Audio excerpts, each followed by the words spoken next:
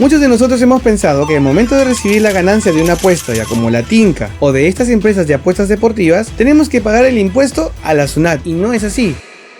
Desde muy pequeños hemos aprendido que debemos de pagar tributos, pero nadie nos dice a quién debemos pagárselos y cuáles son los tributos que debemos pagar. En el video de hoy te voy a enseñar qué son, cuáles son, cómo funcionan y un ejemplo de cada uno. ¡Comencemos!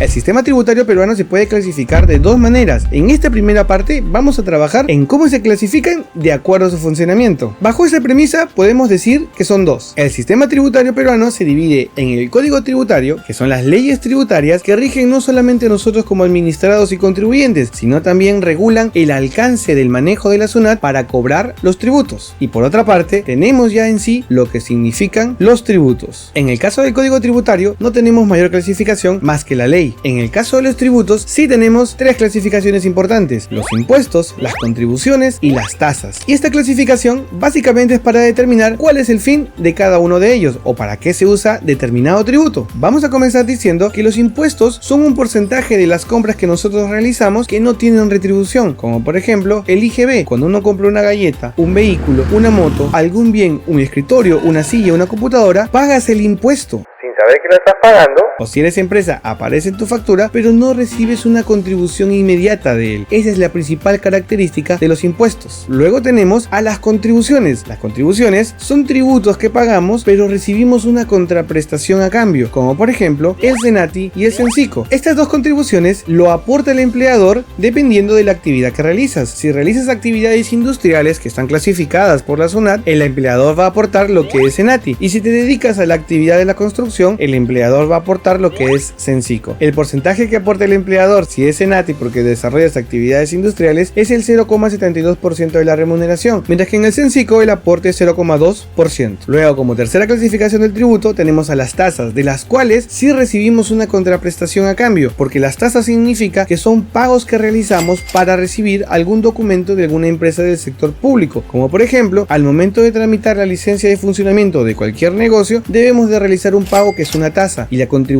es que recibimos el documento para que nuestro negocio se encuentre acreditado. También cuando realizamos los pagos para renovar u obtener el DNI electrónico, las partidas de nacimiento, las partidas de defunción, las partidas de matrimonio, también se pagan tasas, ya que recibimos la contraprestación del documento que se nos entrega para sustentar ese pago. En esta primera parte ya hemos aprendido cómo se clasifica el sistema tributario peruano según su fin, en este caso el Código Tributario y los tributos, que a su vez se dividen en impuestos, contribuciones y tasas. Ahora vamos a conocer cuál es su clasificación según a quién administra o a quiénes debemos de pagarle cada uno de estos tributos. Como ya hemos mencionado en un inicio, el sistema tributario peruano se puede dividir en dos. Uno de ellos son los tributos, y este se puede dividir en tres órganos de administración. El primero de ellos es el gobierno central, que administran algunos impuestos y aportes, como lo son el impuesto a la renta. Recordemos que el impuesto a la renta se clasifica en 5. El impuesto a la renta de primera categoría por el alquiler de bienes muebles o inmuebles, la renta de segunda categoría, que es la compra y venta de bienes muebles e inmuebles y enajenación de acciones, la renta de tercera categoría, que es la renta empresarial, por la cual las empresas pagan esos impuestos, la renta de cuarta categoría, que es la renta de los independientes, las personas naturales que desarrollamos actividades como albañiles, abogados, médicos, odontólogos, gasfiteros, etc. Y la renta de quinta categoría, que es todas las personas que se encuentran en la planilla. Luego tenemos al IGB, al impuesto general a las ventas, que como ya mencioné, es un impuesto que pagamos en todo lo que compramos. Bueno, casi todo,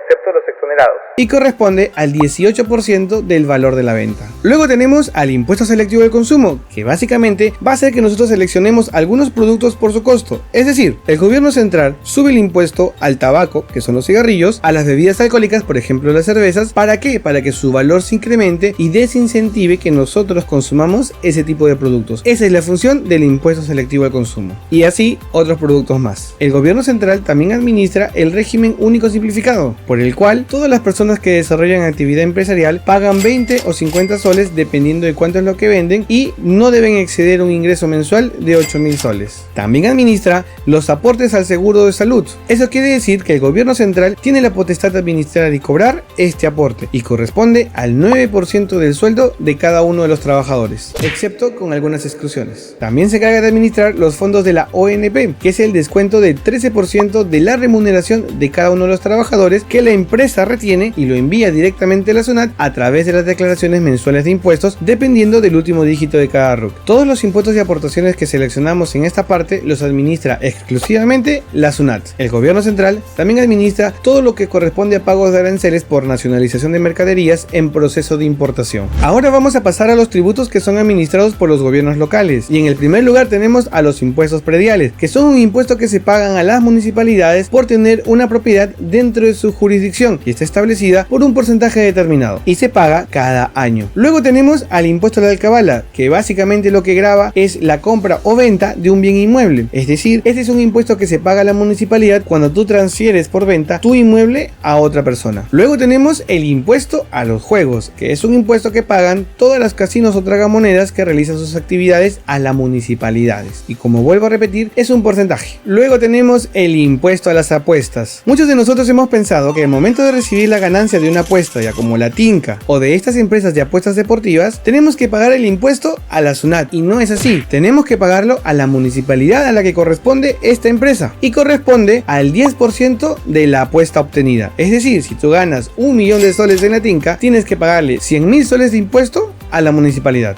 Y luego tenemos el impuesto al patrimonio vehicular, que básicamente es que cuando adquirimos un vehículo nuevo, por los primeros 3 años tenemos que pagar un porcentaje de ese vehículo como impuesto a la municipalidad. Aquí en la ciudad de Lima lo administra la SAT. Y por último tenemos los tributos que son para otros fines, como por ejemplo, ya lo hemos mencionado, el SENATI y el CENSICO. El SENATI, que el empleador aporte el 0.72% del sueldo del trabajador para fines educativos, capacitaciones, adiestramientos y perfeccionamientos. Y tenemos el CENSICO, en el que el empleador aporta el 0.2% para los mismos fines, pero para las empresas del rubro de la construcción. Ahora ya sabes qué es y cómo funciona el sistema tributario en el Perú. También ya sabes a quiénes debes de pagarle los tributos, si a la SUNAT o a los gobiernos locales o como una contribución en la boleta de pago de tu trabajador. No te olvides compartir este video con quien tú crees que necesitas saber más sobre esta información, o si tienes más dudas o consultas sobre este u otros temas para emprendedores, no olvides seguirnos en nuestras redes sociales y dejarnos tus comentarios. Le estamos respondiendo a todos nuestros seguidores.